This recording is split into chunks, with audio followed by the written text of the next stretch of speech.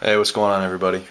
Gonna be shooting, or gonna try and clean up this clip a little bit. I just shot a macro of it. Hopefully I'll be able to either combine these or open them up, or load them up in order. So pretty much finally getting around to cleaning up the clip, taking some stuff down. I don't know if I'm gonna completely disassemble it just now. I mean, the pivot's absolutely fine. But what made me do this today was this clip, or this screw right here. I don't know why, but I picked it up and it was loose. I can actually go back and forth.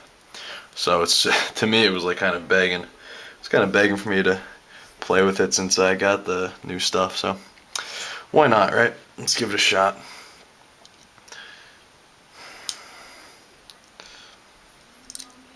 I'm definitely not gonna Scotch Brite the entire knife. I really like this textured feel that Chris Reeve sandblasting has.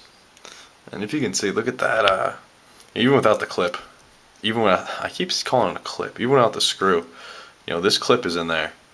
It's in there solid. That's how good the tolerances is. So tolerances are. So it really takes a little bit to get it out. Wow, that's actually in there. I don't want to lift up on the titanium too much because I don't want to bend the clip, but there you go. That's it without the clip. Some people like that little fill-in. I don't. I don't know why. Just I don't like the look of the long lock bar. Which, I mean, it's not because it's a Umnumzan or a Sebenza. Just I don't like the look of a long, lonely lock bar. I like the clip coming over it. But anyway, so here's the clip. You can kind of make out the scratches in this camera, but not really. The bottom is smooth. Doesn't really look bee blasted. Yeah, interesting. Never noticed that before. Alright, so let's see. What we're going to try first. I have a regular Scotch pad. I have this Magic Eraser, Mr. Clean Magic Eraser, and I have a heavy duty Scotch Brite pad. I think this is going to be the roughest. This is the second. This is the easiest on it. So I'm going to start easy and go from there, see what happens to it. Maybe I should be using a clean one of these, but that's a big deal. Every time you dip this in water and get it saturated, it cleans it up a little bit. Gets all the debris and crap that you used before off of it.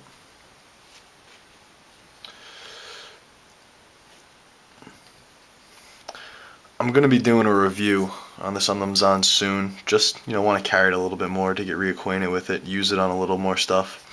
A more in-depth review, maybe. Instead of having like an overview and then a review. Alright, gotta find a good way to hold this.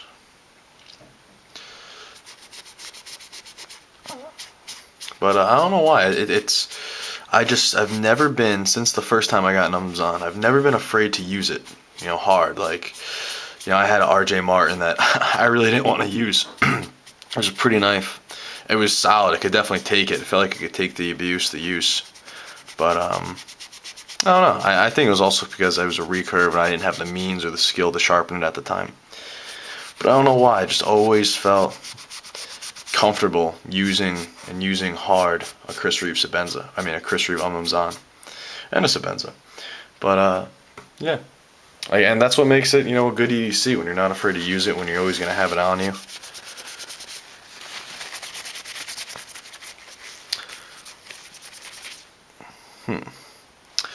Definitely, I think that made the clip a little bit lighter.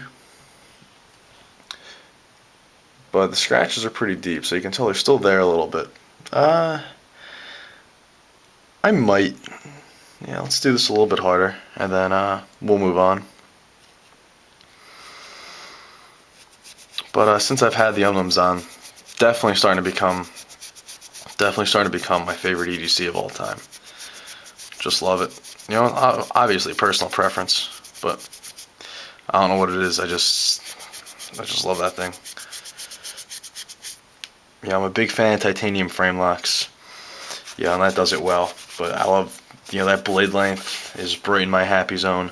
I love the grooved out pattern. That's awesome. So it's just a good knife. That and the Para 2.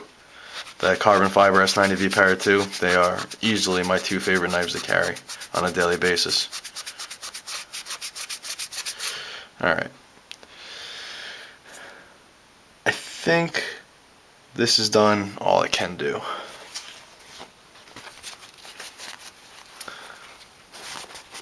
Wish I had a better camera for you guys.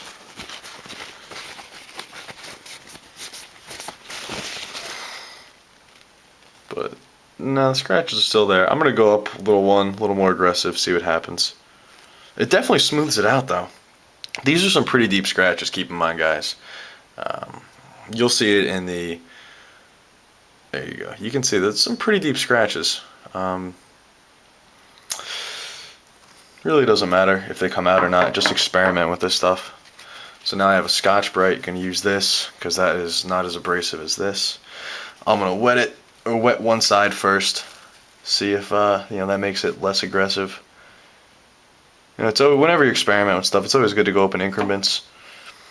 Not just jump up to the sharpest grit or harshest thing and be, oops, I went too far, because then you can't go back. Right off the bat, I can hear it's definitely more abrasive than the Magic Eraser, but that's a given. Am I doing this in frame? Hope so. I have no real technique to this. I'm just experimenting. Maybe eventually, way down the road, when my Zahn gets, major beat up after a long times of use, I might do a little Scotch Brite treatment to it, lighten up the entire handle, even it out a little more. Because actually, when you do it with the Zahn, the grooves, down here that are indented, they stay dark, and it really provides a nice contrast. I think it really makes the knife look great with all this up top being lighter than the grooves being darker. And with everything, patience, especially when you're doing something for the first time. I'm sure most of you know that already. I'm also saying it just to tell myself, because I am an impatient guy most of the time. I like seeing quick results. But that's often how you get into trouble with little projects and stuff like that. I assume brushing the same way would help keep a pattern consistent. Although if you brush in a circle, kind of like that, that might give it more of a stonewash effect, because you kind of have swirls. Like, if you ever looked at I don't want to say fire truck, that sounds kiddish, but if you ever look at a fire truck, and the aluminum cases, the aluminum boxes they have on the fire truck, it's not just polished aluminum. People think they have like a nice swirl mark pattern, but they do that on purpose. They put the swirl marks on there so when, after a ton of use, you can't see the use. You can't see all the scratches of equipment being dragged in and out of there. Okay, so this definitely made some headway. I'm sorry if you guys can't see, but the clip is a little lighter. That's a lot lighter now, wow. But you definitely can't see the scratches in here as much. And it is smoother now. It's almost as smooth as the back end. But I think I'm going to stop there and put this baby back on. You can't see the, yeah, that actually worked pretty well. Some of the deep scratches are still there, but it's harder to see. So I'm going to call that a job and be done with that. So Scotch Brite, I was using very light pressure, guys. Very light pressure. Like I said, you want to do this in increments. Don't be afraid to take a little while, and don't be in a rush when you have to do it. Also, before I throw the knife back on, I'm probably going to change out that pin. I don't know why, I just like, I'll put this back in so you guys can see. I don't know why, I just like the look of the newer style pins.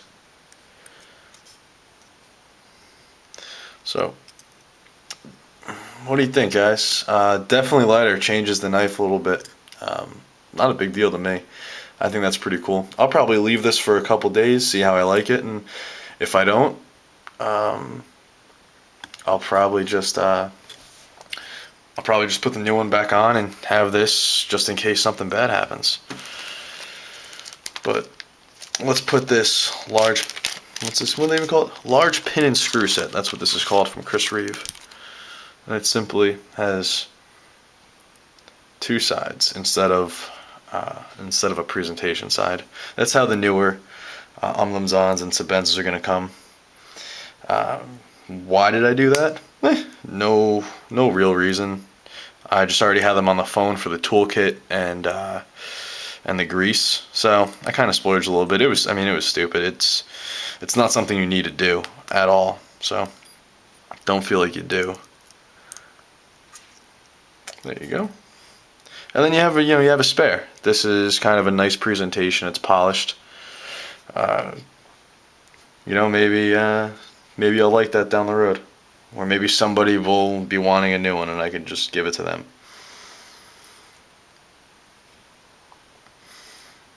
So it's pretty much the same exact thing, except it's got a hole in it there. I just think it looks more, I don't want to say masculine, but more mechanical, more tool oriented instead of it being like a presentation side, which I like. And now, of course, I'm having a problem getting it back in. Okay, well, that's why.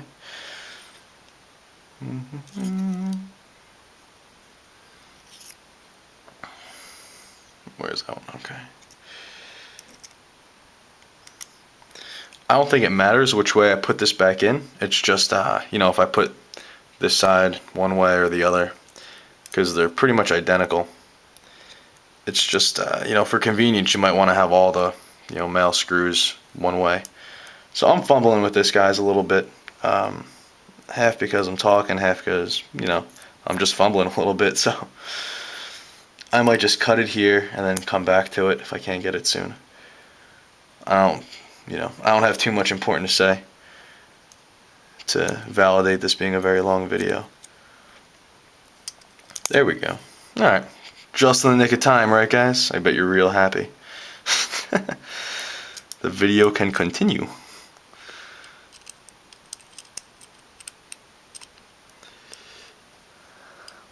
I hope that's his frame. I hope you guys aren't. Not that it's anything important to look at. I just hope you guys aren't looking at nothing. So there you go. That's the finished product. I like that better, honestly. It's a little flusher. I don't know. I just like it better. There is a difference between this screw, this side, and this side. This side's more flush than this side. Does it make a difference? Probably not, but I'm just letting you guys know. There you go. You don't need to crank it down, that seems tight. And let's throw the screw back on, and I'll do another macro video after this, and we'll see what everybody thinks.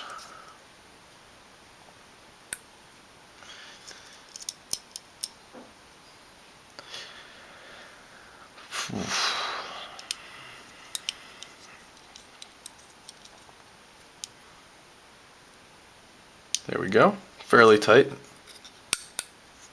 Perfect. Alright. I think we're good. Centered, not that it would have too much of an effect, but sometimes, if you guys own an Umlimzan, sometimes if this gets looser, it can affect centering. There's a possibility it can. I'm not taking it apart and re-greasing it and cleaning it right now, just because it didn't get that dirty when I was out hiking. And it's smooth. It's perfectly smooth. So it's just working real well, and I don't think there's a reason to mess with it. So there you go. Definitely an improvement. Definitely took some of the scratches away. You can tell it's slightly less, or when it's on the Umlimzan in the original bead blast finish or sandblast finish, you can tell that you took a little scotch brite to it. More so on camera than in person. That's probably closer. In real life, that's what it looks like to me. But the light shining off of it makes it look a little lighter at some angles. I like it initially. Definitely takes some of the scratches away. It's more uniform. It kind of looks cool. So let me know what you think. And it worked. It definitely took some of the scratches away. If your knife is beat, ton of scratches, or you just like this lighter color better, it still has some grip, but definitely smoother, a little smoother. So there you go. Just light pressure with a scotch brite. And I'll do another macro when I'm done with this. Alright, thanks for watching, guys, and see you on the next video. Have a good day.